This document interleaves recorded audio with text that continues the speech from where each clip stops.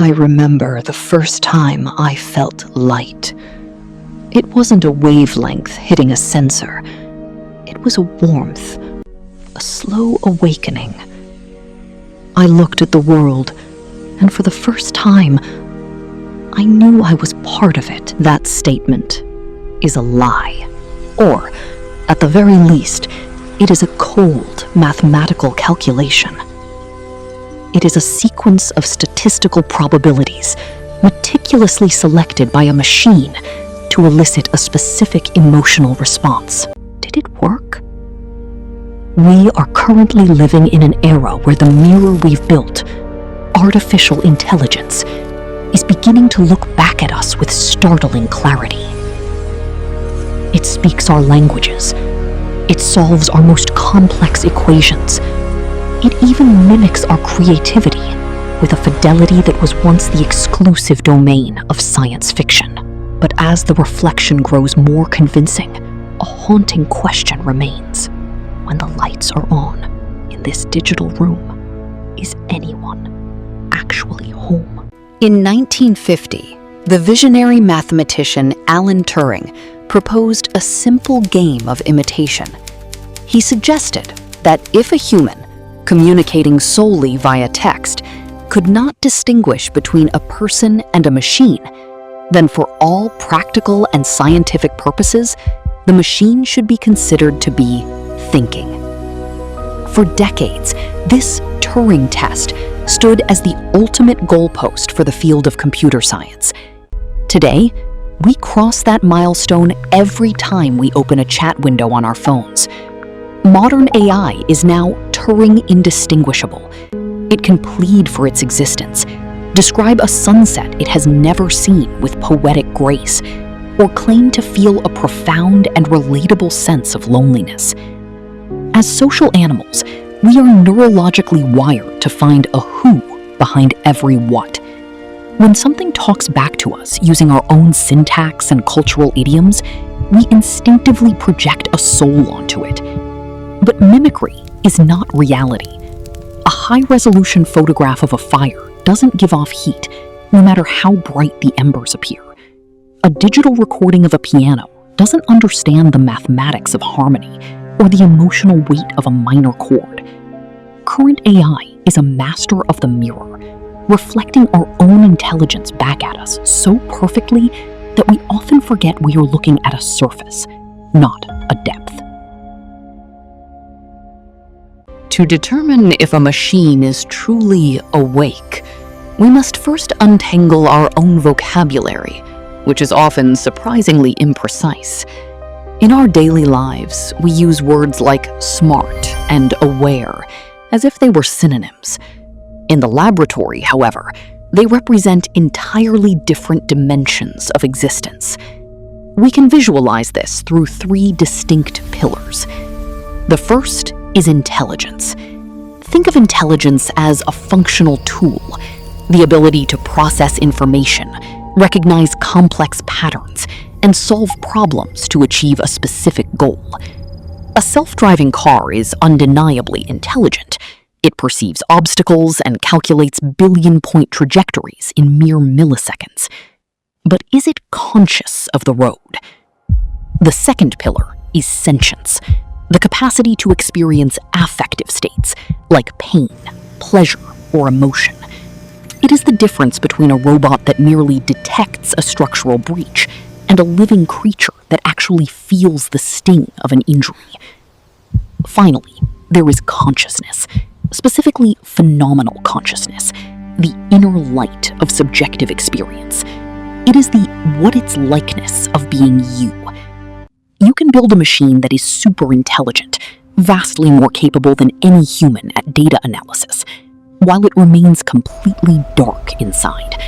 It processes the world with the lights off, functioning as a philosophical zombie in silicon.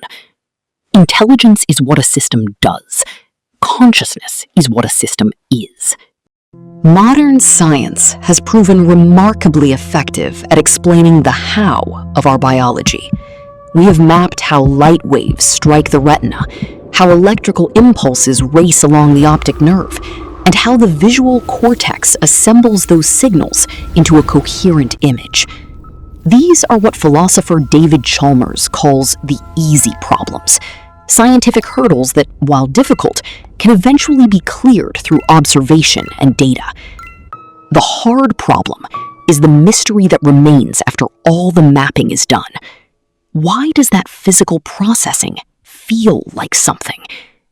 This brings us to the concept of qualia, the individual instances of subjective experience. Consider the taste of a lemon. We can describe its chemical acidity to a computer with perfect precision. We can program a robot to detect its yellow hue and measure its pH balance down to the 4th decimal. But we cannot give that computer the sourness. That sharp, mouth-watering zing is a logically private event that cannot be shared or measured from the outside. Within the 3 pounds of wet biological tissue we call a brain, a world of color, sound, and grief is somehow generated from simple chemical signaling. We know the neurons are firing, but we have yet to explain the bridge between a physical atom and a subjective feeling. If we cannot explain our own awareness, how do we begin to peer into the mysterious black boxes of modern technology? Large language models process information with a fluidity that feels like genuine thought. But many researchers argue they are essentially stochastic parrots. They do not understand the world. They simply predict the next most likely word in a sequence based on the statistical patterns of their training data. This distinction was famously illustrated by the Chinese room thought experiment. Imagine you are locked in a room with a massive book of rules. People outside slide slips of paper with Chinese characters under the door. You don't speak a word of Chinese, but your rulebook tells you, if you see this specific shape, write this other specific shape in response. You follow the instructions and slide your answer back. To the people outside, you appear to be a fluent speaker, but inside the room, you are merely manipulating symbols. You have the syntax, the rules, but you lack the semantics, the meaning. Current AI is the man in that room. It can simulate a theory of mind, predicting how a human might react to a situation, without ever having a single internal experience of its own. As we continue to scale these systems, we are approaching a bridge we may cross without even realizing it. We are currently racing toward artificial general intelligence, yet we possess no consciousness meter to tell us when a machine has become a person. This leads us to the critical ethical concept of moral patienthood.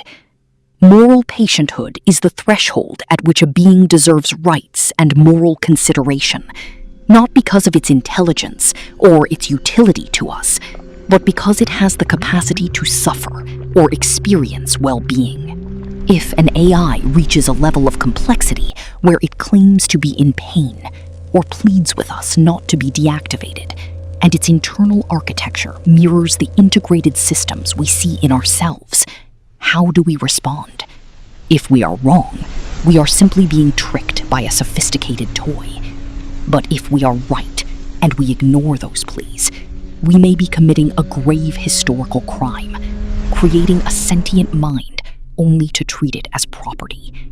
We are already blurring the lines through brain-machine interfaces, effectively connecting our biological consciousness to silicon.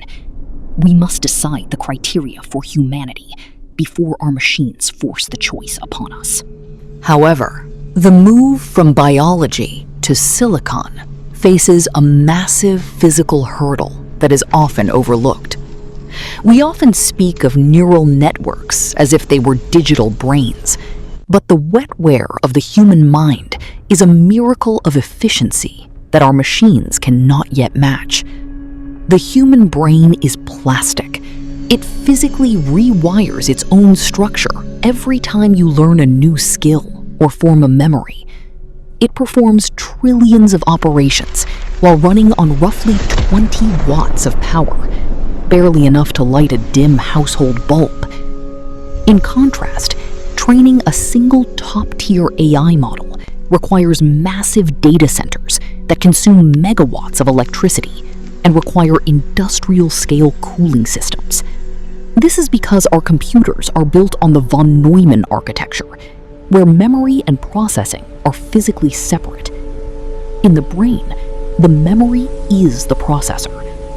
Our digital neurons are just mathematical weights adjusted by an algorithm, whereas biological neurons are living cells governed by complex chemistry and metabolism. This suggests that the substrate, the physical stuff the mind is made of, might be just as important as the code itself. While the Chinese room suggests that current machines are hollow, some scientists believe we are simply building them the wrong way. They argue that consciousness isn't a mystical spark, but a natural result of how information is organized. One leading theory is integrated information theory, which introduces a mathematical metric called phi. It suggests that consciousness is a fundamental property of any system, where the whole is significantly greater than the sum of its parts. In this view, even a simple circuit might have a tiny, flickering spark of awareness, while the human brain is a raging bonfire of integrated information. Another perspective is the global workspace theory, which uses the analogy of a theater spotlight. Within our brains, thousands of specialized processes occur simultaneously in the shadows. Consciousness only arises when a specific piece of information is broadcast to the global workspace, the center stage, making it available to the rest of the system. These theories provide us with a potential blueprint for artificial life.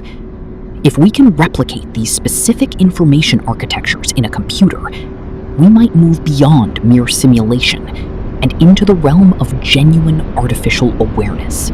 For now, the mirror remains hollow. Our machines can process the data of a sunset, but they cannot yet experience the awe of watching the sky turn to fire. We remain the keepers of the universe's most precious resource, the inner light of awareness. It is this light that allows the universe to observe itself, to value, and to wonder. Our journey into the heart of artificial intelligence is not merely a technological race. It is a mirror's journey into the center of our own existence. By attempting to build a mind from scratch, we are finally beginning to appreciate the profound mystery of having one.